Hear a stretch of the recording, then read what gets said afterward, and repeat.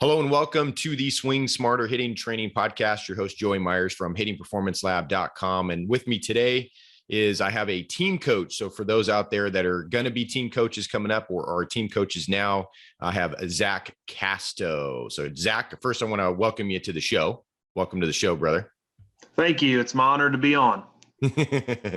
And so a little short bio on Coach. So Coach Zach, he started his career at West Virginia State University as a student assistant for 2 years, and that was 16 to 18, and is currently the Nitro High School assistant coach, outfield base running analytics, first base coach. He is also the author of Rounding Third, Skills, Drills, and Best Practices in the Game of Baseball, and the Rounding Third Leadership Baseball blog, which he's got, and co-host of Classroom Chatter podcast. And again, I wanted to have Coach Zach on because I know I got a lot of team coaches out there that are dealing with how to teach and coach and drill kids. And it's a totally different monster from the instructor world where I come from. This is going to be year 4 or 5. I'm coaching my now 9-year-old son's team. So I'm now, 4 years in now to the team atmosphere rodeo that it tends to be. And in the younger ages, some of you out there listening might be in there too. So I think Coach Zach has a good, unique perspective on this. And so I wanted to have him on. Plus he's written a book, and for those of you who've written books out there, it's grueling. It's tough to get all the thoughts in your head down into a somewhat organized manner. So Zach, tell me a little bit about, some of the struggles that you had going from. So how old are you first, by the way? I am 26. 26. So you're almost fresh right off the playing boat. So tell a little bit about, so did you played college ball? Yeah. Yeah. I played college ball at West Virginia State. The one difference now added to my bio would be, it's my first year at the University of Charleston. I took a director of player development role for them, and also work with the Outfield. So this is my first fall and spring back in the college ball. But it is, college baseball, man, there's nothing like it. Playing it was just unbelievable experience. D1, D2, D3, doesn't matter. It's an unbelievable experience, and the friends you make there and the experience you gain are just last a lifetime, and fantastic memories that last. So you said analytics. So you're doing some of the, like, player development analytics side of things. So what in the analytics are you working on? So as of right now, in my role, I help out with all facets of our content areas, and specifically I'm with the outfielders right now as well in my content area. We do have a director of analytics. That's Abby Finch. She came from Olentangy Orange High School, and this is her first year at Charleston as well. So she's awesome. She helps me out with some competitions that I create. And but some of to get in the meat of your question, some of the technologies we use, we're very blessed at Charleston. We have Rapsodo, we have Blast, we have Win Reality. Trying to think of we also have hitting approach, something we've really used this fall to help assess our hitters and swing decisions.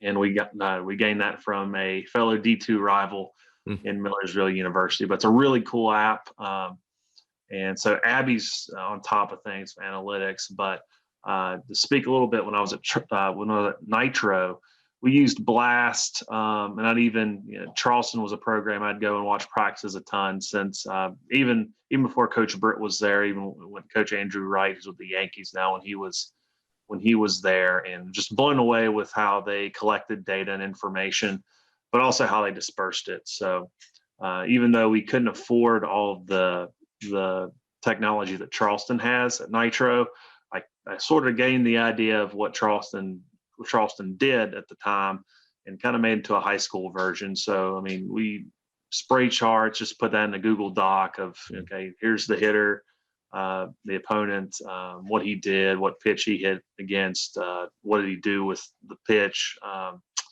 Also kept track of quality at bats, and we just, go through the raw data, and then put up a score. And then based on the scores, I'd put up a kind of a leaderboard, and the guys would see where they're at. So if they were in green, they were good. Yellow, they were kind of average, and pink was below average. So with those scores, it also allowed us to create lineups, and it allowed the players to understand, okay, where am I at and why? So it helped them reflect. And I think the reflection piece is super duper important for them, because we live in a world where perhaps reflection isn't sexy enough. Mm-hmm. We want it quick and we want it now, whereas reflection is just a trait that young adults need in order to have success in life.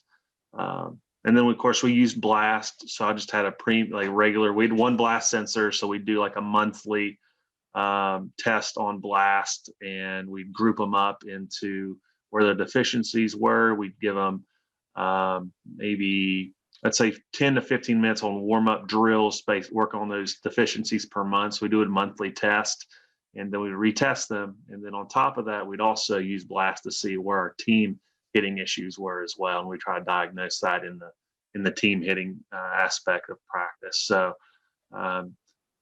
that's some of the analytics and data that we used at Nitro. Of course, at Charleston, it's just, we have abundance of data and information now, just because we're blessed with the technology that we have.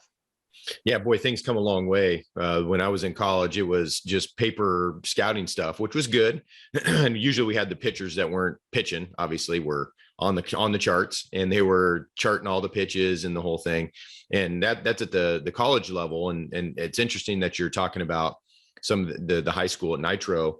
You guys were using blast, and obviously there's a economical thing there, because Rapsodo is what, $8,000, $9,000, $10,000, and Hit Tracks is like $25,000, $35,000.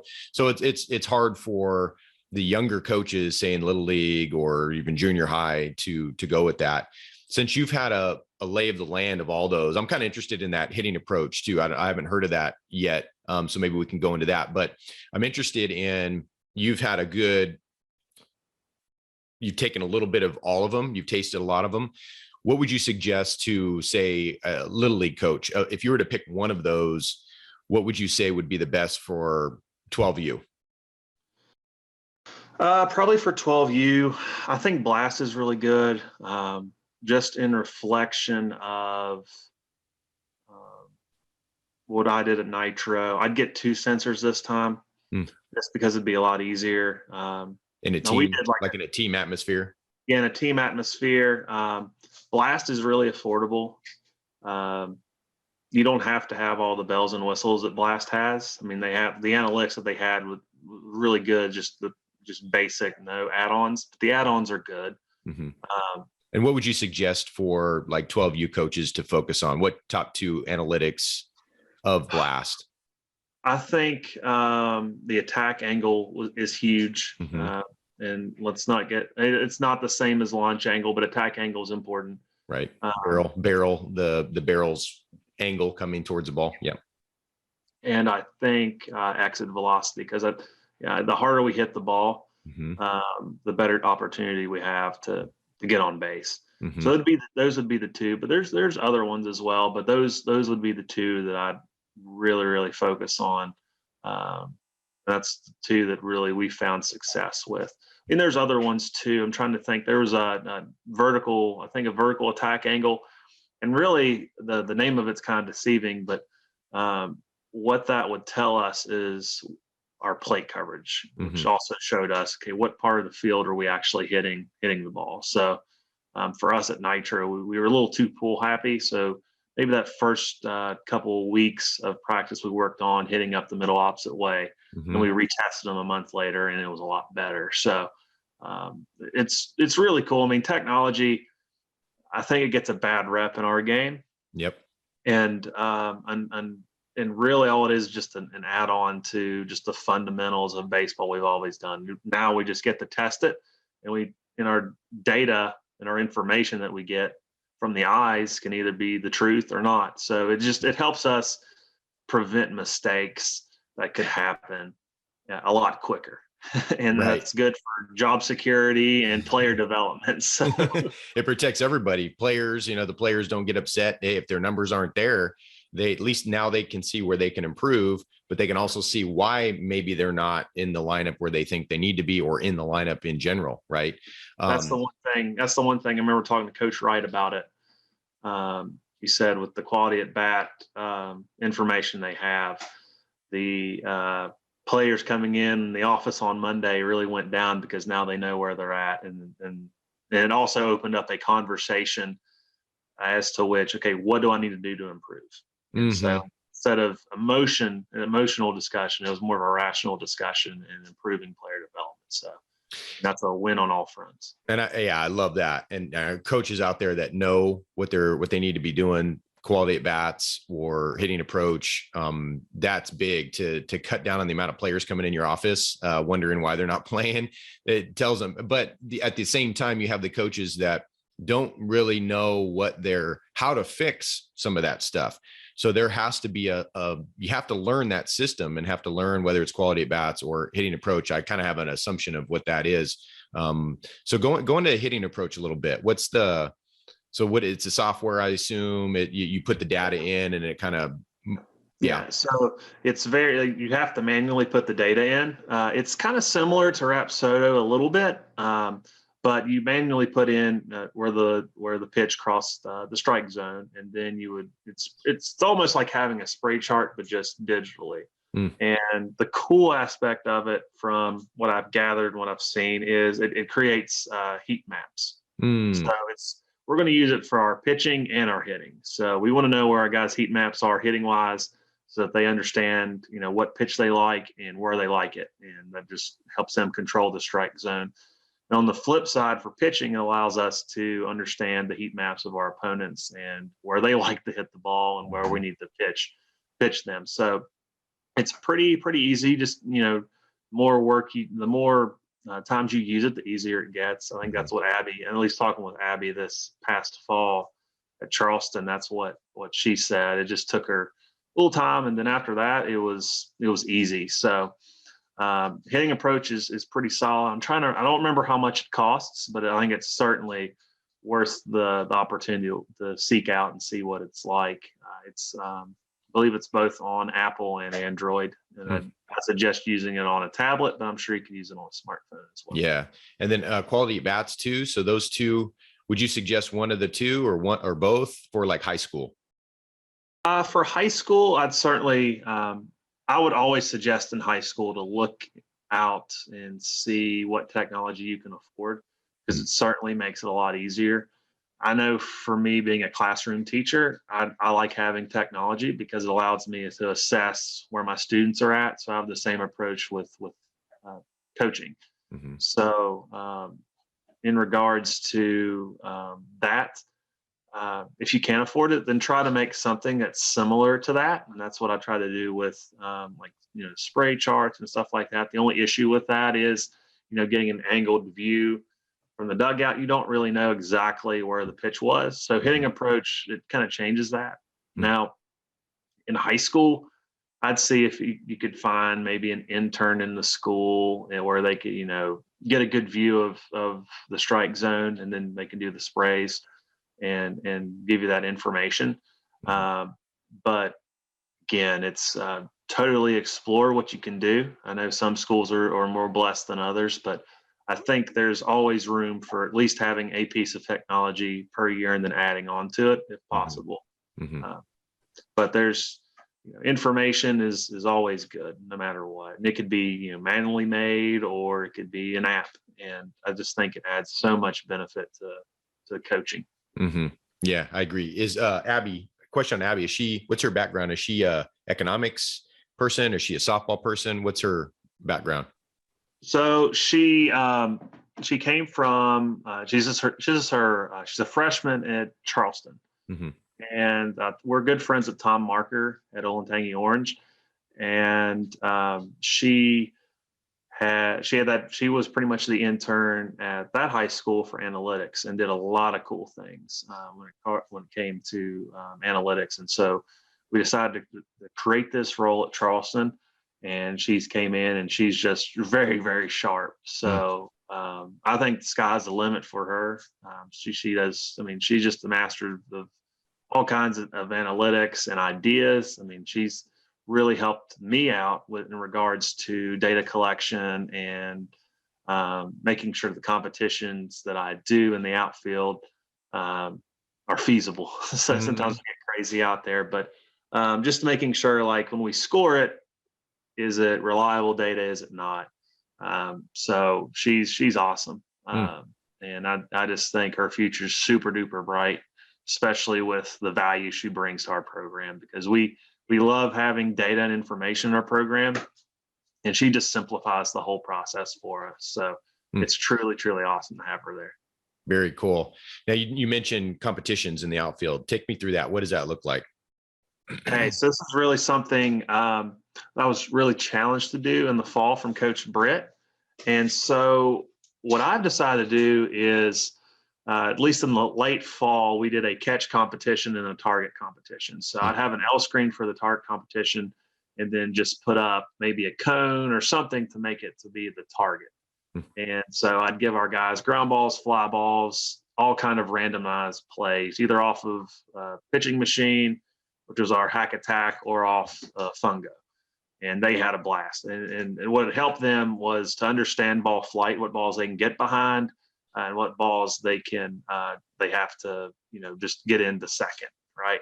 And so it was really, really helpful for them to understand their route efficiency, which is something we're going to work on a little bit more to enhance. But they improved so much on understanding ball flight, what to do on line drives, deep fly balls, standard fly balls, and then ground ball wise on how to approach different ground balls, and then get a clean transition out of the glove to get a four seam grip, and then get a strong throw. So and on top of that, we had a leaderboard, and they loved it. So then the catch game, just regular play, just random plays, no throwing component to it, but they really, really enjoyed the competition. So was that like diving? You having them dive for balls and doing over the shoulder? So like wall. Yeah. So like a standard catch would be 1 point, 2 points would be on a catch on the run, 3 points on a diving catch or a home run rob.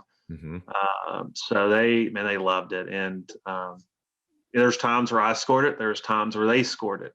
But all it really did was help them reflect on, why did I have success? Why didn't I have success? And allowed them to think rationally and ask questions to improve. And I'm only going to really enhance that more in the spring. So we'll probably have a catch play game, standard game of 21, where if it's at your face, it's 1, at your chest 2, or stuff like that. But we're going to enhance that by working on cut and relay throws and stuff like that. And my end goal is, when we have defensive skill, that every single thing we do that day will have some component of competition in there, where we're quantifying that, and they can understand really how they truly did. Because sometimes you can be deceived on how well you did. And if we can track it and we can evaluate it, I think it really allows them to have a better picture on what the coaching staff sees, so that they can understand where they're truly at. And I'm going to add video to that component as well. So they'll have video so they can watch what they're doing, and then they can see how we evaluated them. So they get the full kind of coach's perspective on where they're at. So they're not really misled, and that they can create a quality plan for every day they come into practice or training, that they understand what they need to work on, what they need to improve upon, and ask the right questions to lead them down the right roads. Cool. I love how you guys use that analytics portion and being creative, and coaches out there not knowing what that would be. I think you gave a pretty good blueprint of that, and how to grade those kind of games. Right. And we're talking about outfield, but you can do the same for infield. Right. One of the things that Sammy said, or you said in Sammy's Play Ball Kid podcast, you talked about throwing. And see, my 9-year-old and his teammates, the big thing is playing catch, right? They just don't know how to play catch. So one of the things you said, it was interesting, is when I learned it when I was in high school, was we painted one side of the ball, or used a Sharpie marker, painted it all black, and kept the other side normal, and was be able to throw the ball with the correct spin, right? The four seam spin. And you mentioned just putting a thing of athletic tape on the four seam right in the middle. So talk a little bit about that. Some coaches haven't heard that, like I did on Play Ball Kid. Yeah. So it's in my book as well, but just put like some black or red athletic tape, and so you can work on a four seam grip. And the reason why you want a four seam grip is because a four seam fastball is pretty much a straight fastball. And it's also important too that when you teach it, the thumb's super important, right? Because if you have the thumb either to the left or to the right of the four seam grip, it can make it cut or whatnot. That's getting too much into the weeds. But the importance of the electric tape is it shows the proper four seam rotation, right? So if you kind of see the electric tape just kind of stay straight and just it's kind of moving like that, you're throwing the ball properly. And because you don't want your guys throwing change ups out there or two seams, especially in the infield or in cuts and relays, because if that happens, it's just pure disaster. And that's what we realized at Nitro with catch play is our guys weren't throwing. Some of them didn't even know how to hold a four seam fastball; just didn't know.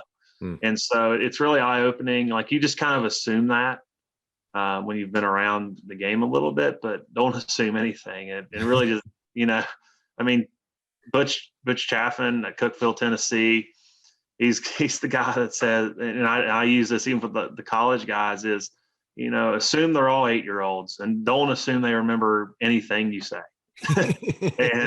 and I remember Jonathan Gellner listened to a podcast when he was with the Rangers. He said they even used electric tape or Sharpie in baseballs just so you never know, and just so it reinforces the values that they when in catch play. And again, if you can't play catch, you're not going to have much success in the game of baseball. So I think it's important that even if you had like an hour of practice, catch play is just super important.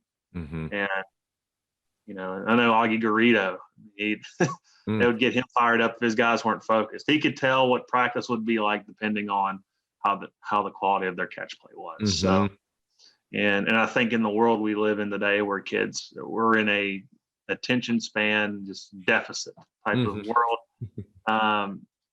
With catch play, just add in competitions. I know for the outfielders, just speaking for them at Charleston, we'll have a specific thing they're focused on, which would be ground ball focused footwork or fly ball focused footwork, balls in the gap footwork.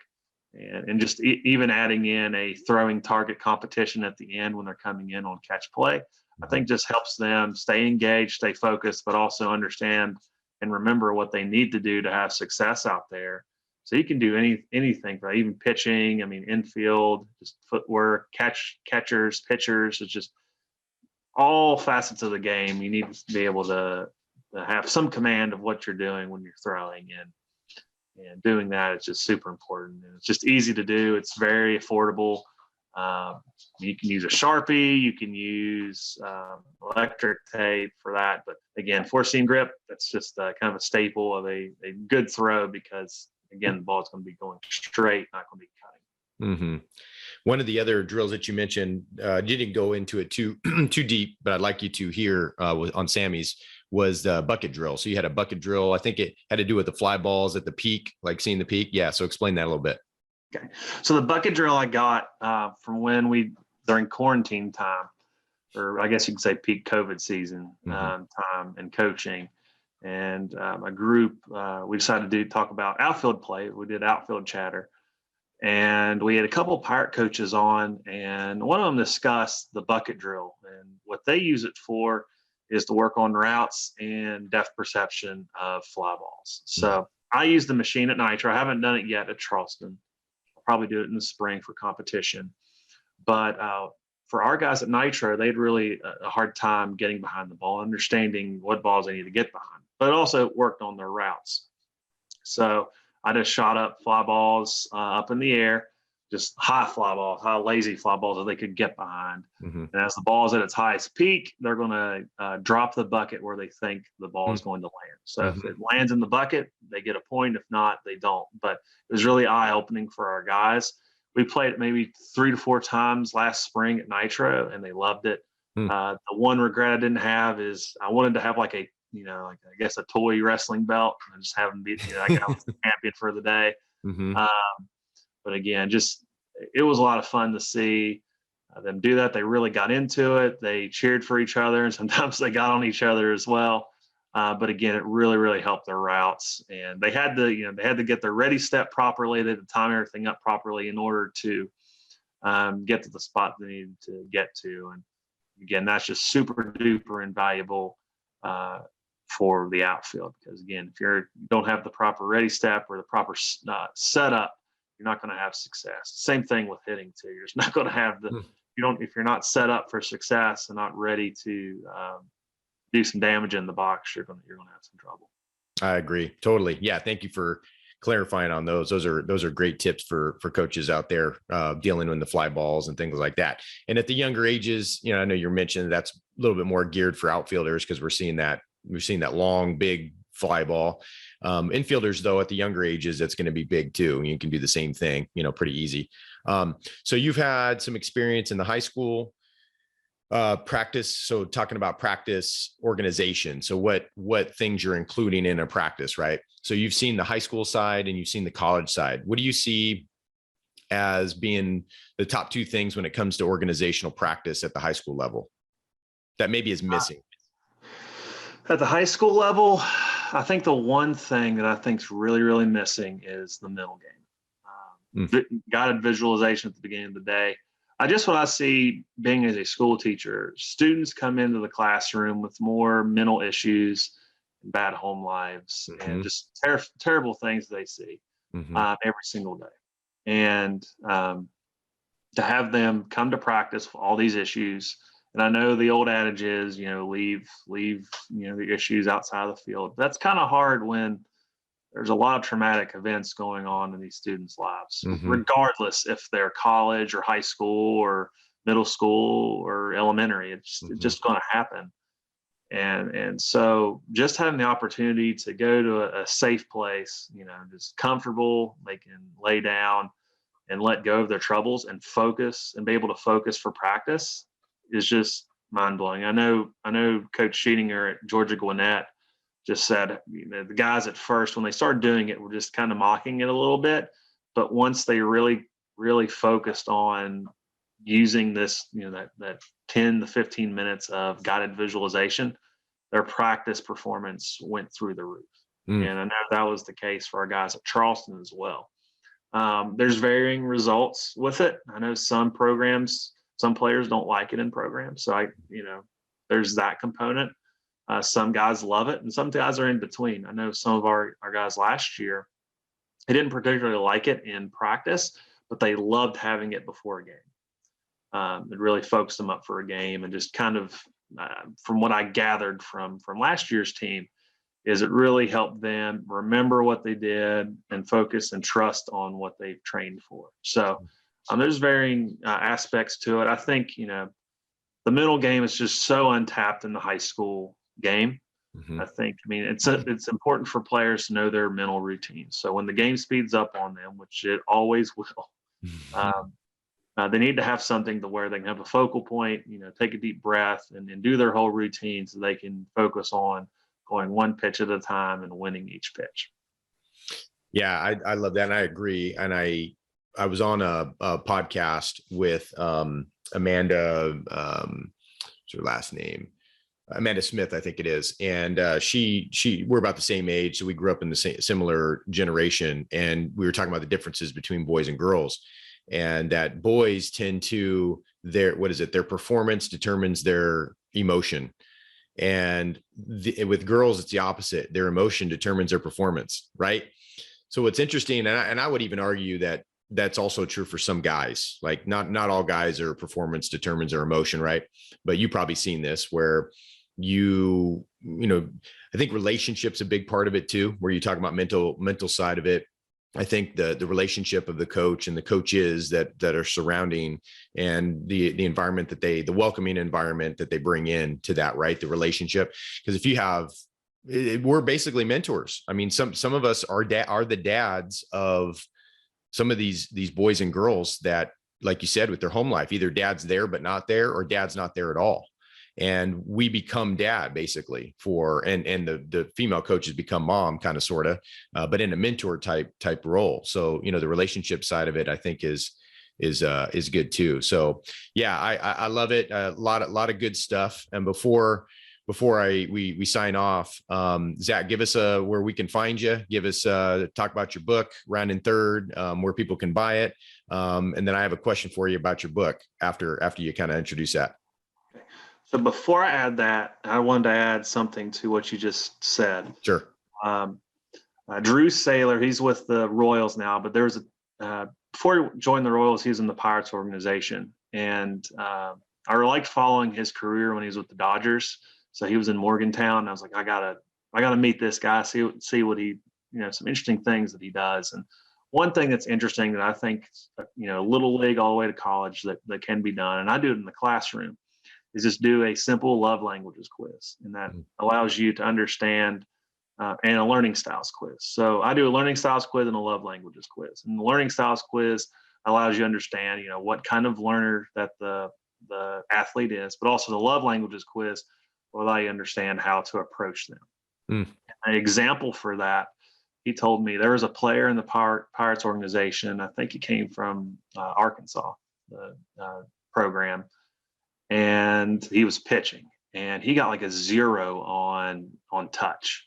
And he had no clue that was an issue, but always knew something was an issue there. So like if you just, pat on the back or something, he would lose all focus. Focus. Yeah.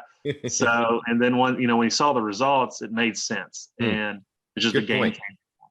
Good point. And, yeah. And I'm trying to think as well, like in the classroom, for example, I have a bunch of visual learners and tactile learners. So tactile just means they like, actually doing the activity or doing the skill. So that's how I've guided all of my lessons in the classroom. And I do, do something similar to that with baseball. I may not have done this year, I may not have done the exact quiz with them. It's probably something I'll do in the future because it's fascinating. But just talking with the players and asking them, how they learn best, and then just crafting the training plan or lesson plan for them in that way that just they learn quicker and they feel more engaged because you're actually really focusing on their learning style and they appreciate it, which adds to the relationship piece as a coach as well. Yeah, I love that. And just a quick add on that, a quick down and dirty. I like the test that you're talking about to do that, because that gives you a little bit more of a solid makeup. They're actually answering the questions and things like that. And just a quick one from neuro-linguistic programming. If you ask them a question and you just watch where their eyes go, typically the visual learners, their eyes they'll go up, or they'll go up and to the side. Those are your visuals typically. Again, this is a hard and dirty thing. It may or may not be 100% true. The audios tend to go sideways with their eyes. They go straight to the side. And then your kinesthetic, your feel learners will go either they'll stare straight ahead or they'll look down.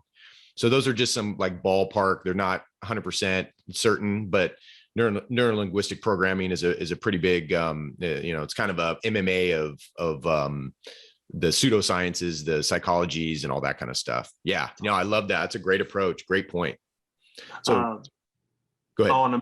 About the book, you can find me on Twitter. My @ is @Coach Casto on Twitter.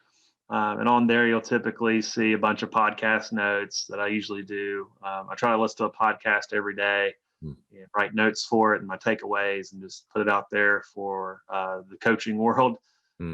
And then also have my book, Rounding Third Skills, Drills, and Best Practices in the Game of Baseball. I'm actually working on another book right now on outfield play. It's going to be a lot shorter than the other book. The Rounding Third book covers every content area of baseball, including the mental game. I know I want to do a second volume of that and just add in field work, PA announcing stuff like that. You kind of would find in Ron Polk's book. That's kind of the inspiration for it. Trying to think what else. But the outfield play, I'll just cover like kind of my 6 F's of outfield play that I gained from from Perry Hill of the Seattle Mariners. He has an infield one, and during the pandemic, I asked for his blessing to do the outfield version. So there's some similarities with the F's. but that's kind of how Outfield wise, I create kind of a skill calendar and a skill tree on what can we cover and whatnot. Okay. Um, but the book covers all content. Rounding third, that book covers all content areas of the game. And what I try to do is use specific coaches that I've learned from my notes, and just give them things that I've learned from them and things that have helped me. So it was a lot of fun to do, and a lot of fun to reflect upon what I've learned and continue to learn. So, and that's the most important part of the game of baseball is to learn, and really anything in life. The moment you stop learning, you lose a lot of value in your life. So I try to learn something every day so I can be the best version of myself for my students in the classroom and my players on baseball diamond. I love that. Love that. On your book, a couple questions before we sign off. Is it on Amazon too? It is not on Amazon, but the link is in my Twitter bio. It's on the book patch, and you just if you go to the book patch and just type in Rounding Third, and it should pop up. Right. It's $28.25 on there, the physical copy, and it's $20 for the ebook. The ebook, I have links in there. I would suggest the ebook's probably the best value because you can see all the links and all the videos and whatnot that I have in it. Right. But if you don't want that, you can have the physical copy. But a lot of coaches love it and use it. I know Coach Savage from Las Vegas loves it. It's one of his books that he carries with him. So just knowing that I've added value to coaches' lives and to players, it makes me happy. So that's my goal, just to make the game better and to make the lives of others better. That's what I want to do. So exactly. Love it. Love it. Well, thanks, Coach Zach, for coming on today. And I would be respectful of your time. I'm sure we got plenty of content possibly in the future for a part 2 or anything like that. But I appreciate the team coaching, you bring in that side to it, both at the high school level and the college level, the tactical drills we talked about, totally appreciate that. And for those coaches out there, probably the biggest takeaway, at least from my perspective, is the evaluation and analytical side, where when you're doing drills, you got games that are involved where there is, especially if you're at the high school. I mean, even the lower levels too, the 12U on under, those games are fun for them too. Having that competitive game where there's an actual score that gets put on. And I think they appreciate that. It makes it more fun out there than them just doing a drill, taking ground ball after ground ball after ground ball, which at an older age, they understand you got to put the reps in. But when you make it fun, it's great for all levels. So I appreciate you doing that and also sharing that you're learning every day. So that's a big lesson that everybody needs to kind of take from there. Any parting thoughts? If anyone ever wants to see any of my Google Docs of the drills I make or anything like that, to kind of get an idea, feel free to message me. My number is 304-395-3048. You can send me a text and I can send you anything that I have to help you out. Again, we're just trying to be stewards of the game and move the game forward and to help anyone with any question they have with the game of baseball, even in leadership as well. So be more than happy to talk coaching and even teaching. So, and again, I appreciate you having me on your podcast. It's truly an honor. Again, the first couple of years I was coaching, I read your books and I multiple reads, and I loved them. And so, and it just the comment about the eyes, I remember I highlighted that in the book, and I said I'm going to watch for this in the classroom. So I'm going to go back and watch it again because it's fascinating, right? And so again, truly an honor to be on your podcast, and I appreciate you giving me this opportunity. Thank you again, Zach. Yeah, and I'll probably reach out because I possibly could be doing a little bit of helping out at a high school. I generally don't like to do the full-time thing on that because I have so much other stuff that I'm doing that's going on. But we got a little bit of a project here I'm kind of interested in. So I might hit you up on that Google Doc to get some of those drills for, It's been such a long time in the outfield for me. I know some of it, but those coaches out there that are interested, you got a guy like Coach Zach that's willing to share and collaborate.